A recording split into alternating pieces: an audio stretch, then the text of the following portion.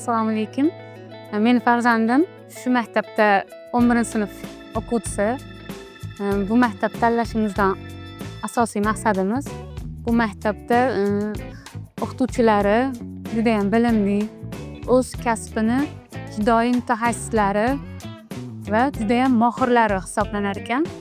Bu maktabda tanlaganimdan hech qanday afsuslanmaymiz. Qizim hozirgi kunda juda ham katta yutuqlarga erishdi shu maktabda tahsil olib. Farzandim oldin o'ziga bo'lgan ishonchi pastroq bo'lgan. Uni anaqa so'zlash nimasi yo'q, nutqi yo'q bo'lgan. Tushunadi, lekin nutqi yo'q bo'lgan. Bu maktabga o'tgandan keyin bir hafta 10 kun ichida o'ziga bo'lgan ishonch va o'zgarishni juda ham men katta sezganman. O'zi ham aytadi, "Ayol, men 10 kunda" dedi, "shunaqangali gapirib o'zim juda chiroyli ruschani gapirib dedi. Juda katta o'zgarish bo'lgan. Boshqa fanlarga, maktabga bo'lgan qiziqishi juda ham ortgan uni. Hozirgacha har kuni mana shu maktabda kanikulda ham kelgisi kelib ketadi-da. Juda ham qiziqadi o'qishga. Bu yerdagi o'qituvchilar shunaqangi darsiga qiziqtirib qo'yar ekanki, boshqa maktabni hayoliga ham keltirmaydi-da. Faqat shu maktabda o'ylaydi. Shu maktabda bitirsam deb o'ylaydi. Shu maktabda yutuqlarga erishsam deb harakat qiladi va o'zini ustida tinmay ishlaydi.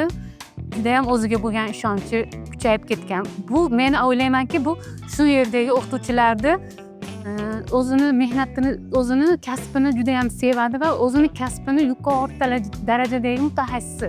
Shuning uchun o'quvchilarni qiziqtira olgan. O'quvchilarni juda ham katta o'zgarishlar kuzataman-da men qizimda shu paytgacha. Xursand qiladigan natija har yili desam bo'ladi. Birinchi o'rinda uni haligi yakuniy baholari har yili faqat 5 oladi yakuniy baholarga. Bu davomiy, mana shu maktabga o'tgandan boshlab har chorakda, har nimada hali maqtov yorliqlar berishadi. Bundan tashqari o'tgan yili bo'ldi. Qizim faqat shu maktabda o'qib, hech qanaqa bir til kurslariga borgan yo'q. Faqat shu maktabda sa'y-harakati bilan o'qituvchilarni bergan bilimi bilan IELTSdan 7 ball oldi. Bu yil rus tilidan sertifikat oldi. Yuqori ballar bilan oldi. Endi hozirda shu deb o'ylayman, viloyat olimpiadasida ham yuqori o'rinda oldi.